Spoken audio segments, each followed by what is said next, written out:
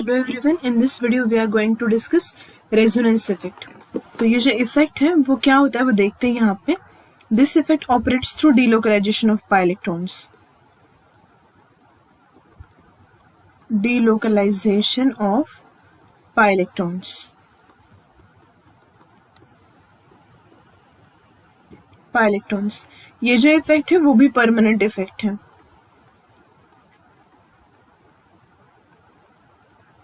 Permanent effect है और ये डिस्टेंस इंडिपेंडेंट है, मतलब डिस्टेंस पे डिपेंड नहीं करता। डिस्टेंस इंडिपेंडेंट, डिस्टेंस इंडिपेंडेंट, ये डिस्टेंस पे डिपेंड नहीं करता। अब ये जो डीलोकलाइजेशन ऑफ पाई इलेक्ट्रॉन्स वो कैसे होता है वो देखते हैं।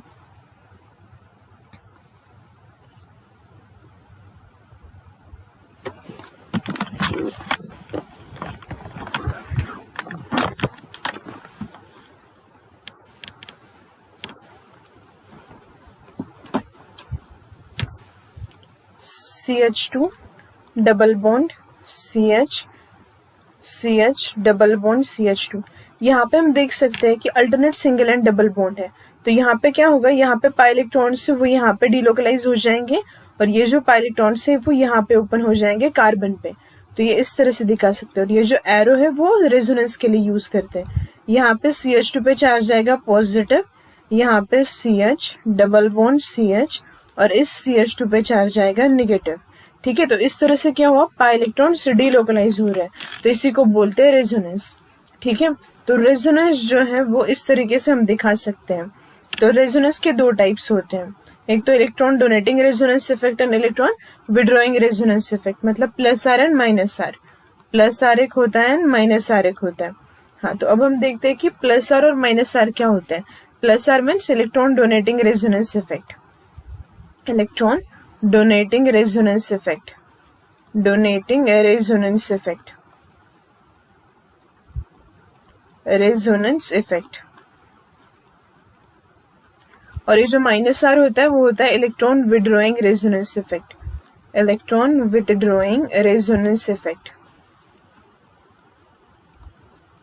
Withdrawing resonance effect, resonance effect.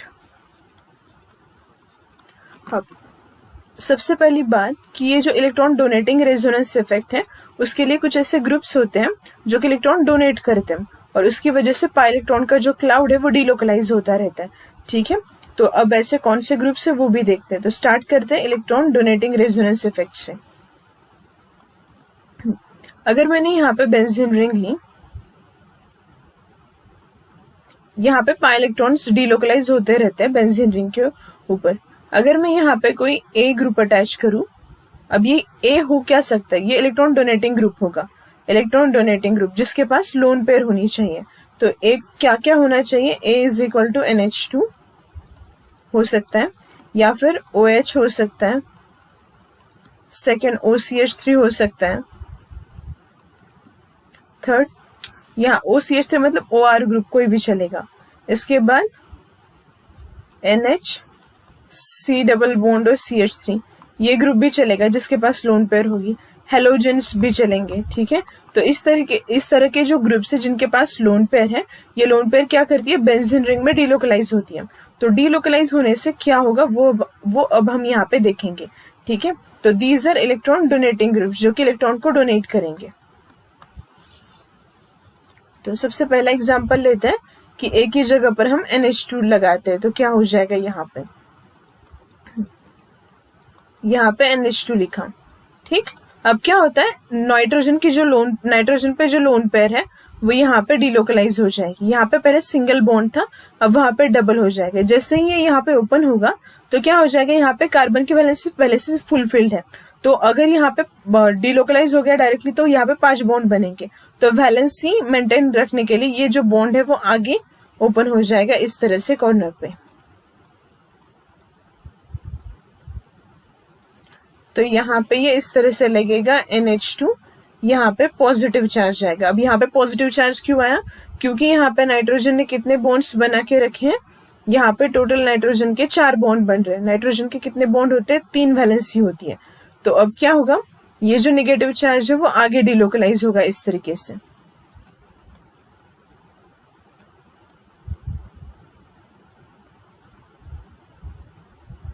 यहाँ पे पैरा पोजीशन पे अब नेगेटिव चार्ज आ चुका है। अब ये नेगेटिव चार्ज फिर से आगे डिलोकलाइज हो जाएगा।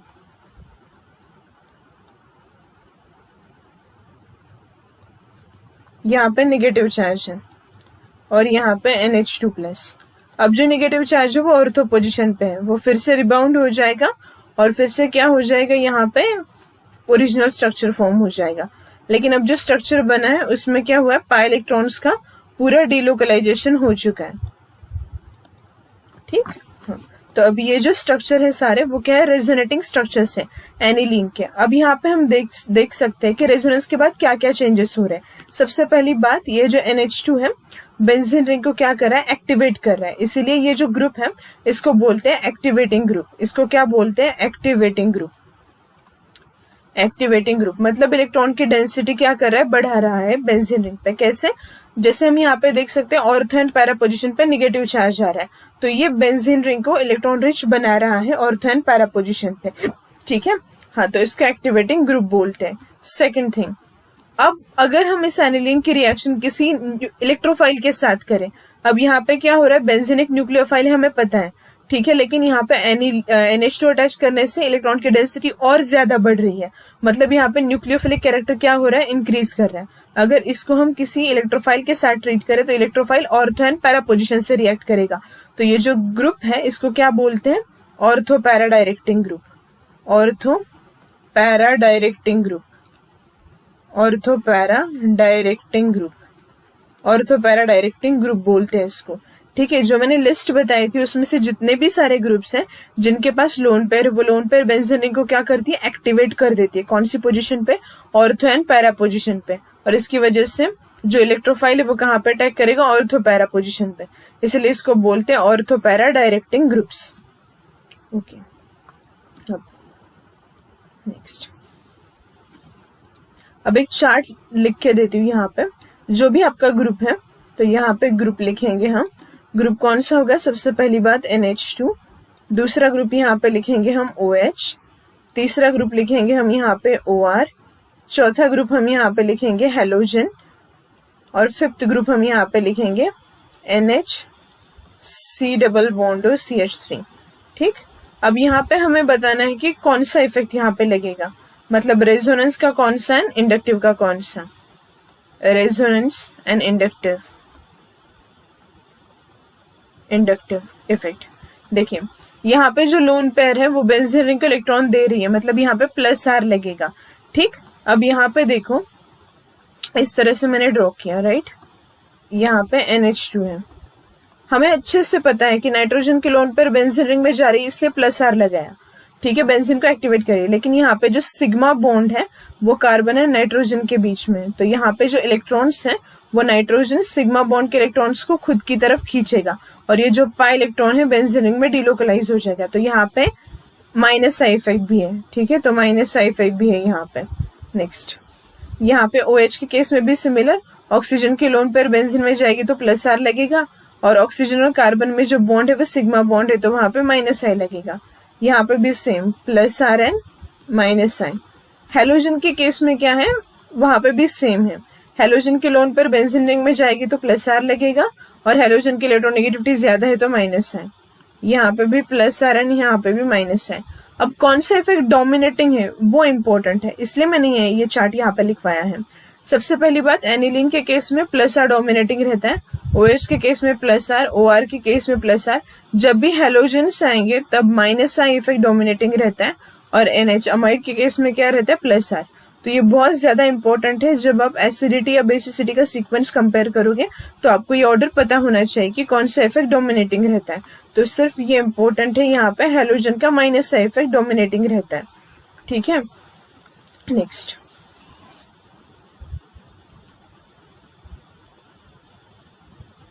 ऐसे भी क्वेश्चन पूछ सकते हैं, which one of the following, ये क्वेश्चन पूछा गया है, which one of the following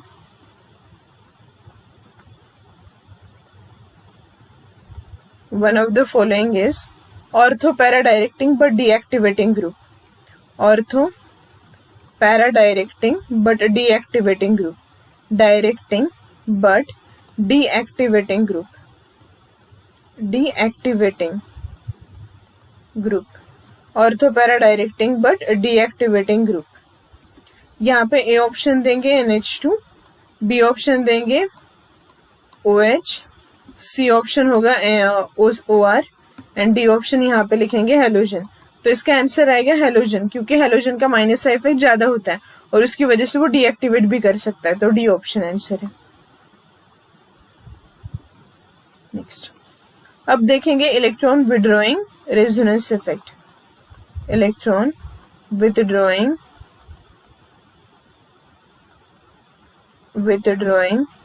resonance effect, resonance effect, electron withdrawing resonance effect. अब यहाँ पे हम बेंजीन को ऐसे ग्रुप से अटैच करेंगे जो बेंजीन से इलेक्ट्रॉन डेंसिटी को बाहर खींचेंगे। तो यहाँ पे मैंने बी लिखा, अब इसकी जगह पे कौन कौन से ग्रुप हो सकते हैं, तो B is equal to NO2 हो सकता है, या फिर SO3H ग्रुप हो सकता है, या फिर जो कार्बोनिल के सारे ग्रुप्स हैं, एसिडिक ग्रुप, अल्डिहाइडिक ग्रुप, या फिर आपका कीटोनिक ग्रुप, ईस्टर भी हो सकता है इसकी जगह पे, ठीक है। इसके बाद C∧N हो सकता है, ठीक है। ये जो टाइप के ग्रुप्स है ना, ये इलेक्ट्रॉन की डेंसिटी को बाहर की तरफ खींचेंगे, इसीलिए इसको बोलते हैं डीएक्टिवेटिंग, जो बेंजीन को इलेक्ट्रॉन डेफिशिएंट बनाते हैं। तो एक एग्जांपल देखते हैं,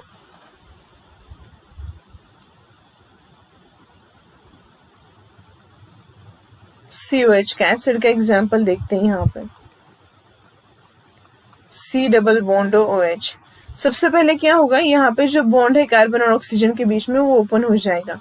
जैसे ही वो ओपन हो जाएगा तो क्या होगा, यहाँ पे ऑक्सीजन पे चार्ज आएगा निगेटिव, ऑक्सीजन पे चार्ज कौन सा आएगा, निगेटिव, एंड कार्बन पे चार्ज आएगा पॉजिटिव, इस तरीके से, ठीक। अब ये जो पाई इलेक्ट्रॉन है बेंजीन के अंदर, वो इस पॉजिटिव चार्ज को स्टेबल करने के लिए बाहर की तरफ जाएगा। मतलब वहां पे जो कार्बोनिल ग्रुप है उसने क्या किया, बेंजीन के इलेक्ट्रॉन डेंसिटी को बाहर की तरफ खींच लिया, ठीक। हाँ, अब यहाँ पे आएगा पॉजिटिव चार्ज, क्योंकि यहाँ से इलेक्ट्रॉन बाहर जा चुके।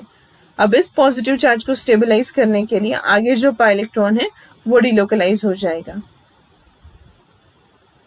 यहाँ पे पॉजिटिव चार्ज आएगा, यहाँ पे डबल बॉन्ड C, यहाँ पे O नेगेटिव OH, फिर से पाई बॉन्ड यहाँ पे डिलोकलाइज हो जाएगा।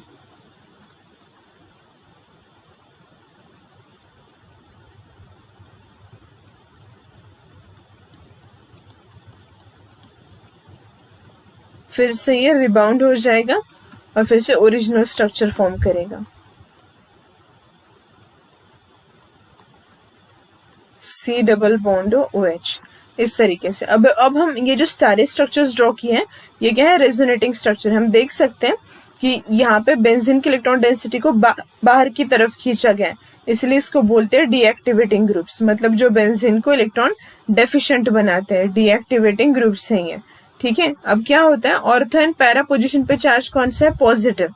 अगर पॉजिटिव चार्ज है मतलब वहां पे इलेक्ट्रॉन डेंसिटी क्या है, कम है, तो वहां पे कोई भी इलेक्ट्रोफाइल रिएक्ट नहीं करेगा, क्योंकि पॉजिटिव पॉजिटिव की रिएक्शन नहीं होगी। लेकिन कौन सी पोजीशन पे चार्ज नहीं है, मेटा, तो यहाँ पे मेटा पोजीशन इलेक्ट्रॉन रिच है, तो इसको बोल सकते हैं ये जो ग्रुप है वो मेटा डायरेक्टिंग ग्रुप है। वो कौन सा ग्रुप है, मेटा डायरेक्टिंग ग्रुप्स है।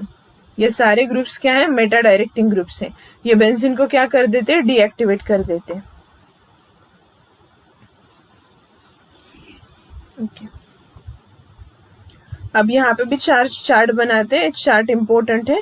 ग्रुप यहाँ पे रेजोनेंस, उसके बाद लिखेंगे यहाँ पे इंडक्टिव, उसके बाद यहाँ पे लिखेंगे इंडक्टिव इफेक्ट। तो ग्रुप में कौन कौन से ग्रुप यहाँ पे लिखेंगे, NO2, SO3H, उसके बाद कार्बोक्सिलिक ग्रुप, उसके बाद अल्डिहाइडिक ग्रुप C∧OR, इसके बाद C∧OR, ठीक। इन सभी में -R इफेक्ट लगेगा। कौन सा लगेगा, -R, और यहाँ पे दूसरा जो इफेक्ट है वो -I इफेक्ट लगेगा सभी के केसेस में, क्योंकि ये इलेक्ट्रॉन सिग्मा बॉन्ड के थ्रू भी बाहर की तरफ खींच रहा है। और डोमिनेटिंग कौन सा होगा, -R ही हर एक में डोमिनेटिंग रहेगा, क्योंकि वो पाई इलेक्ट्रॉन को खींच रहा है।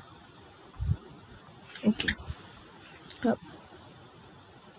यहाँ पे हमने कवर किया रेजोनेंस इफेक्ट, और रेजोनेंस इफेक्ट के दो टाइप देखे, एक तो electron donating resonance effect and एक इलेक्ट्रॉन विड्रॉइंग रेजोनेंस इफेक्ट। अब इसके बाद जो वीडियो आएगी उस वीडियो में हम क्या करेंगे, जो एप्लीकेशन है मतलब वो सारे जितने भी इफेक्ट्स हमने देखे हैं उस पर बेस्ड एग्जाम्पल्स देखेंगे और कुछ सीक्वेंस देखेंगे। ठीक है, ओके, थैंक यू।